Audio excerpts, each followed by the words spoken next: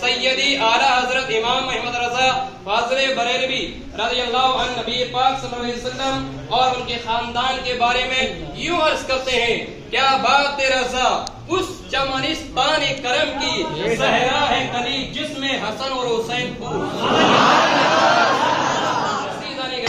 آئیے تقریر شروع کرنے سے پہلے درود پاک پیش کریں. طب القلوب ودوائها وفي الابدان والشفاء ونور الابصار والضياء صلوا عليه الصلاه والسلام عليك حبيبي يا رسول الله صلى الله تعالى عليه وسلم.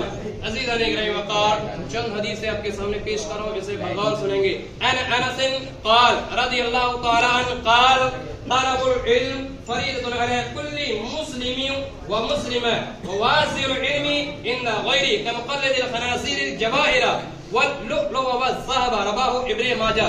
عن ابن سیرین قال ان هذا العلم دین فانظروا امن تأخذون دینکم. رواه مسلم. عن ابی امامۃ الباہلی قال ذکر لرسول اللہ صلی اللہ علیہ وسلم احدهما عابد والآخر عالم فقال رسول الله صلى الله عليه وسلم فضل العالم على العابد كفضلي على أدناكم. ثم قال رسول الله صلى الله عليه وسلم إن الله وملائكته وأهل السماوات والأرض حتى النملة في جهرها وحتى الهوضة لا يصلون على مغنم الناس الخير. رواه الترمذي. عن معاوية رضي الله تعالى عنه قال قال رسول الله صلى الله عليه وسلم من يرد الله به خيرا يفقهه في الدين وإنما أنا قاسم والله يؤتي. رواه البخاري. عن ابن عباس رضي الله تعالى عنه قال تدارس العلم ساعة خير من الليل احياؤها. رواه الدارمي. عن ابن عباس رضي الله تعالى عنه قال قال رسول الله صلى الله عليه وسلم فقيه واحد اشد على الشيطان من 1000 عابد. رواه الترمذی. حدیثوں کے نام پر جھوم کر بولے سبحان اللہ. عزیزان گرامی وقار سب سے پہلی جو حدیث ہے وہ ہے حضرت انس سے روایت. اور روایت کیا ہے؟ حضرت انس یہ کہتے ہیں پیغمبر اسلام نے ارشاد فرمایا کہ جو علم ہے نا، علم یعنی گیان پراپت کرنا، علم حاصل کرنا یعنی پڑھنا، یہ سمجھ لیجیے یہ فرض ہے، یہ فرض ہے. عزیزان گرامی وقار پھر حضرت انس کہتے ہیں کہ نااہل کو علم سکھانے والا تو ایسا ہے جیسے خنزیر یعنی سور کے گلے میں چاندی موتی اور سونے کا ہار پہنا دیا گیا. اب اس حدیث کی تشریح دیکھیں. حضرت ملا علی قاری علیہ رحمۃ الباری مرقات شرح مشکات جلد اول صفحہ نمبر 233 کے اندر اس حدیث کی شرح فرماتے ہیں اور یہ کہتے ہیں کہ اس علم سے مراد وہ مذہبی علم ہے جس کا حاصل کرنا بندے کے لیے ضروری ہے، جیسے خدا تعالیٰ کی ذات و صفات کو پہچاننا، رسول اللہ صلی اللہ علیہ وسلم کی نبوت کو ماننا اور نماز پڑھنے کے طریقے کو جاننا اور فتویٰ و اجتہاد کے رتبے کو پہنچنا، یہ بھی فرض کفایہ ہے. عزیزان گرامی وقار اور اسی حدیث کے تعلق سے حضرت شیخ کبیر یعنی شیخ عبدالحق محدث دہلوی یہ کہتے ہیں کہ اس علم سے مراد یہ ہے کہ جو بندے کو وقت پر ضروری ہو، جیسے جب اسلام میں داخل ہو تو اللہ کی وحدانیت کا اقرار کرنا، رسول اللہ کی نبوت کو ماننا، اس کے علاوہ نماز کے احکامات کو جاننا، رمضان آ جائے تو روزے کے احکامات کو جاننا، ان چیزوں کا علم حاصل کرنا فرض عین ہے. حضرت شیخ فرماتے ہیں اشعب اللمات کے اندر یہ روایت موجود. عزیزان گرامی وقار اب یہ چیز تو ہو گئی، اب علم کس سے حاصل کرا جائے؟ کیا ہم یہودیوں سے علم حاصل کر سکتے ہیں؟ کیا نصرانیوں سے علم حاصل کر سکتے ہیں؟ کیا جو گندے نالے میں بٹے ہوں، پڑے ہوں، گرے ہوں، کیا ان سے علم حاصل کر سکتے ہیں؟ تو پھر حدیث کہتی ہے نہیں. حضرت ابن سیرین یہ کہتے ہیں کہ یہ علم جو ہے نا، یہ قرآن و حدیث کا علم بہت ضروری ہے. اس کو جب حاصل کر لو تو دیکھ لو کہ سامنے والے کا ایمان محفوظ ہے یا نہیں، سامنے والے کا عقیدہ محفوظ ہے یا نہیں. ایسا نہیں تو نہیں ہے کہ بد عقیدہ سے آپ علم حاصل کر لو اور اس سے علم حاصل کر لو تو ایسا نہ ہو کہ آپ بھی بد عقیدہ ہو جائے. اس لیے دیکھ لو کہ ہمیں علم کس سے حاصل کرنا ہے. عزیزان گرامی وقار اس علم کے تعلق سے سب سے بڑی چیز یہ ہے کہ قرآن کے اندر جو آیت کریمہ نازل ہوئی، قرآن کے اندر جو آیت نازل ہوتی ہے پہلی اقرأ باسم ربک الذی خلق، اس میں بھی تعلیم کی طرف زور دیا گیا، تعلیم کی طرف توجہ دلائی گئی ہے۔ عزیزان گرامی، اقرأ باسم ربک الذی خلق، اس کی تھوڑی سی تفصیل دیکھ لیجیے گا۔ وہ حضرت جبریل علیہ الصلوۃ والسلام آئے، کہا یا رسول اللہ علیہ الصلوۃ والسلام اقرأ اقرأ اقرأ، سرکار علیہ الصلوۃ والسلام خاموش، حضور نے نہیں پڑھا۔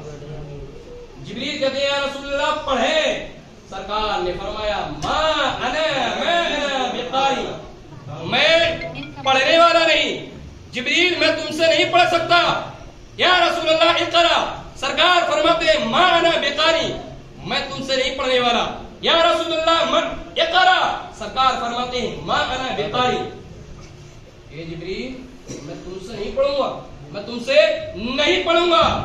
پھر جبریل نے کہا اقرأ باسم ربک الذی خلق، اپنے رب کے نام سے پڑھ لیجئے، اپنے اللہ کے نام سے پڑھ لیجئے۔ اب حضور نے پڑھنا شروع کر دیا، اقرأ باسم ربک الذی خلق۔ میں سوچنے لگا، اور جب میں سوچنے لگا، حاجی صاحب ایسے ہی صحیح ہے، وہ کیا مائک گونج گیا، پنکھا چالو کر دیں، صحیح بتاؤ۔ تو پھر سرکار نے کیا کہا، سرکار نے پڑھنا شروع کر دیا، لیکن عالم تصور میں میں نے آقا کریم صلی اللہ علیہ وسلم سے پوچھا کہ یا رسول اللہ علیہ الصلوۃ والسلام، یا رسول اللہ پہلے جب جبریل آئے تھے وہ آپ کو پڑھا رہے تھے، تو یا رسول اللہ آپ پڑھ نہیں رہے تھے، یا رسول اللہ اس کی وجہ کیا ہے کہ آپ نہیں پڑھ رہے تھے؟ تو میرے آقا نے فرمایا اور جواب دیا عالم تصور میں کہ اے محمد اختیار خان ویسی مصباحی، اگر میں جبریل کے ذریعے سے پڑھ لیتا، اگر جبریل کے کہنے پر پڑھ لیتا، تو یہ جو نالے میں بٹے پڑے ہیں لوگ، یہ جو بدعقیدہ لوگ ہیں، یہ لوگ کہہ دیتے کہ رسول جبریل کا شاگرد ہے، اس لیے کہ جبریل پڑھا رہے تھے اور رسول پڑھ رہے تھے، اس لیے رسول جبریل کا شاگرد ہوئے۔ عزیزان گرامی وقت، اس لیے رسول اللہ نے فرما دیا کہ اسی لیے میں نے جبریل کے کہنے پر نہیں پڑھا تھا، لیکن جب میرے اللہ کا نام آیا، جب میرے خالق کا نام آیا، تو میں نے پڑھنا شروع کر دیا۔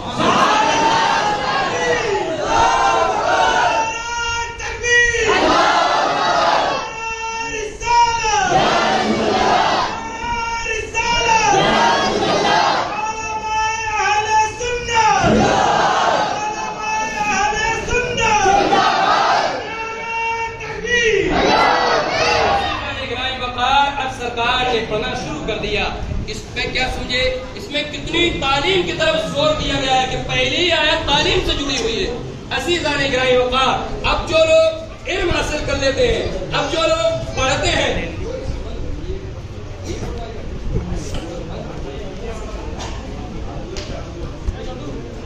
تھوڑے توجہ بنا رہے ہیں عزیزان گرامی وقار، تو اب اس آیت سے کیا سمجھے، اس سے بھی تعلیم کی طرف زور دیا گیا ہے، اور جب تعلیم کی طرف زور دیا گیا، جب یہ تعلیم جو انسان حاصل کرتا ہے یا جو حاصل کر چکا ہے اس کا کیا مقام ہے۔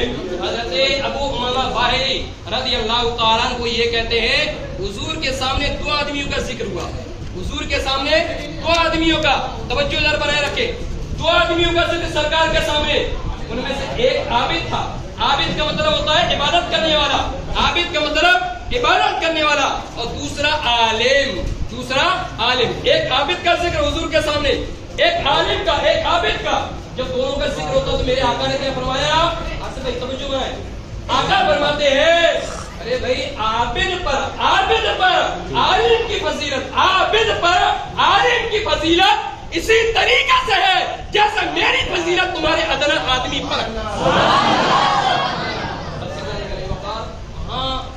کہاں عابد جو رات میں عبادت کر رہا ہے، عابد پوری رات عبادت کرے، عابد پوری رات عبادت کرے، پھر عالم پوری رات سوئے، سرکار فرماتے ہیں عابد کا سونا اس کے عبادت کرنے سے بھی بہتر ہے۔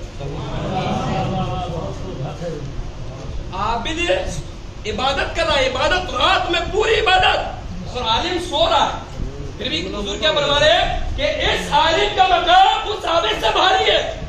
کیا مطلب؟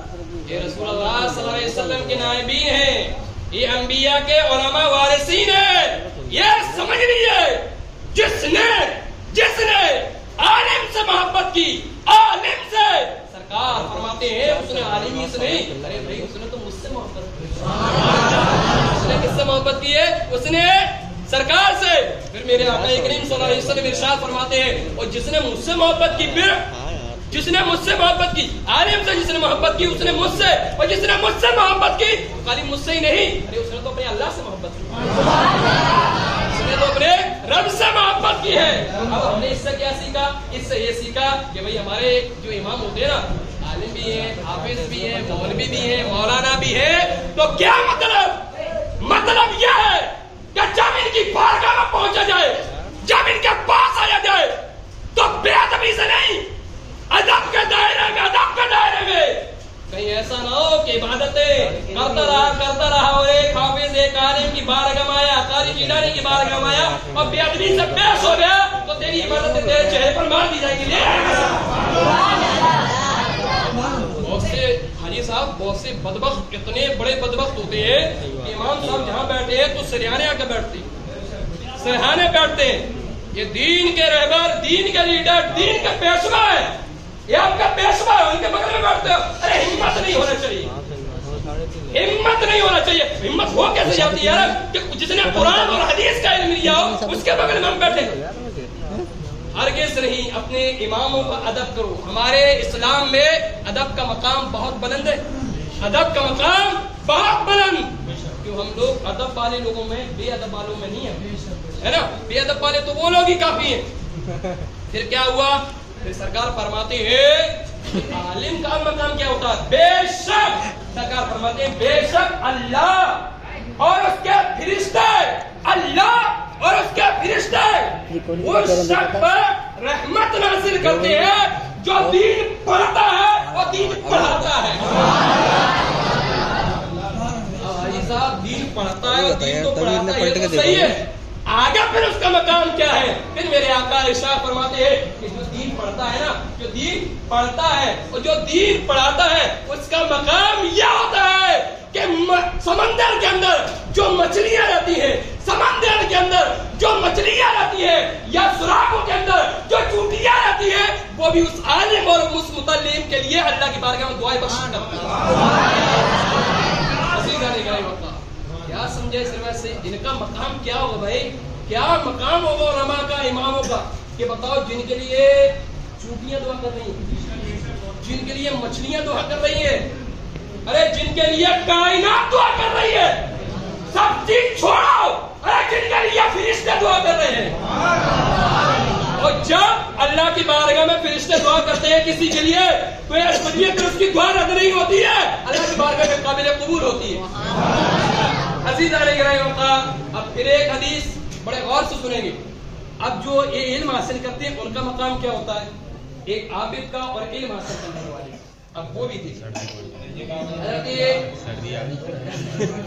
حضرت عبداللہ بن عباس رضی اللہ تعالیٰ عنہ وہ یہ کہتے ہیں کہ جس نے رات میں ایک گھڑی علم دین حاصل کیا، ایک گھڑی، ایک گھنٹہ صرف ایک گھنٹہ جس نے علم حاصل کر لیا، یعنی رات میں اگر مدرسے میں یا مسجد میں بیٹھ کر صرف ایک گھنٹہ پڑھ لیا دین کا علم، تو سرکار فرماتے ہیں کہ یہ رات بھر کی عبادت سے بہتر ہے۔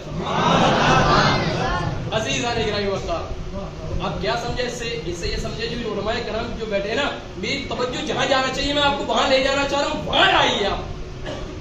یہ دین کے رہبر ایسا، انہوں نے دین پڑھا ہے، انہوں نے قرآن و حدیث کی تعلیم حاصل کری ہے، پہلے کتنے سال، 5 سال، 10 سال، 12-15 سال تک اپنے گھر والوں سے دور رہے، اپنے والدین سے دور رہے، اور اس عمر میں دور رہے جس سمے تو ان کو اپنے ماں باپ کے پاس ہونا چاہیے تھا، جس سمے ان کے باپ ان کے سر پر ہاتھ رکھتا، جس سمے ان کی ماں 2 روپیہ دیتی، 2 روپیہ، 4 روپیہ، 5 روپیہ کی یا چیز کھایا ہو، اس سمے انہوں نے جب آنکھیں کھلی تو مدرسے کی گود میں پایا، جس نے اپنی زندگی دین کے لیے لگا دی ہو، جس نے اپنی زندگی کو دین کے لیے وقف کر دیا ہو، اور اسی کی ہم توہین کریں تو اس کے دل پہ کیا گزرے گی؟ اس کے دل پہ کیا گزرے گی کہ علم ہم نے اس لیے حاصل کیا تاکہ ہماری توہین کی جائے، یہ علم اس لیے حاصل کیا تاکہ ان غلاموں کی نوکری کی جائے۔ عزیزان گرامی وقار، آپ سے بھی کہہ رہا ہوں، اماموں سے بھی کہہ رہا ہوں، غلامی کی زندگی ہرگز نہیں جینا، غلاموں کی زندگی نہیں، اگر تم امام ہو امام، اور امام غلام نہیں ہوتا ہے صاحب، امام غلام نہیں ہوتا ہے، امام رہبر اور لیڈر ہوتا ہے، قوم کا پیشوا ہوتا ہے، غلامی کرنے کے لیے نہیں آتا، اللہ کی عبادت کروانے کے لیے آتا ہے۔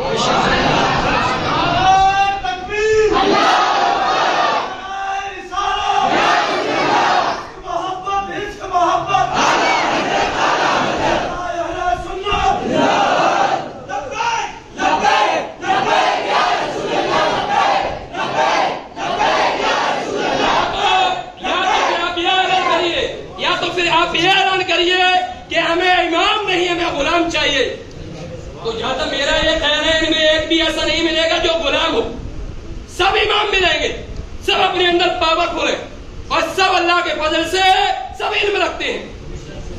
عزیزان گرامی وقار، جتنی ہم لوگ ان کی توہین کرتے ہیں، جتنا وقت ان کے لیے سازش میں لگاتے ہیں، جتنا وقت ان کی برائیوں میں لگاتے ہیں، جن کا اتنا وقت اگر ہم ان کی محبت میں لگا دیں تو، ان کے لیے محبت میں لگا دے تو تب کتنا اجر ہوگا، کتنا اجر ہمیں ملے گا، کتنا ثواب ملے گا۔ عزیزان گرامی وقار، اس لیے علماء کا ادب کریں، ان کے ساتھ حسن سلوک سے پیش آئے، اور جب ان کے پاس آئے، کسی بھی امام کے پاس آئے تو پہلے یہ نہیں کہ بغل میں بیٹھ گئے، ان کے سامنے دو زانو ہو کر بیٹھا جائے، دو زانو ہو کر ادب کے دائرے میں بیٹھا جائے، اور پھر جو بھی چیز ہے ان سے عرض کی جائے۔ جیسے میں نے احمد بھی پرسوں ہی کہا تھا، قرآن کے اندر اللہ ارشاد فرماتا ہے، اے لوگو جب تم میرے حبیب کی بارگاہ میں پہنچو، جب تم میرے نبی کی بارگاہ میں پہنچو تو ادب کا خیال رکھ لینا، ادب کے دائرے میں نا ایسی گفتگو مت کر دینا کہ میرے نبی کی آواز سے تمہاری آواز بلند ہو جائے، ایسی حماقت ہرگز نہیں ہونا چاہیے۔ اور میرے آقا نے بھی فرما دی، جب تم اپنے اماموں کے پاس پہنچا کرو، اماموں کے پاس، تو اپنی آواز کو کم رکھنا۔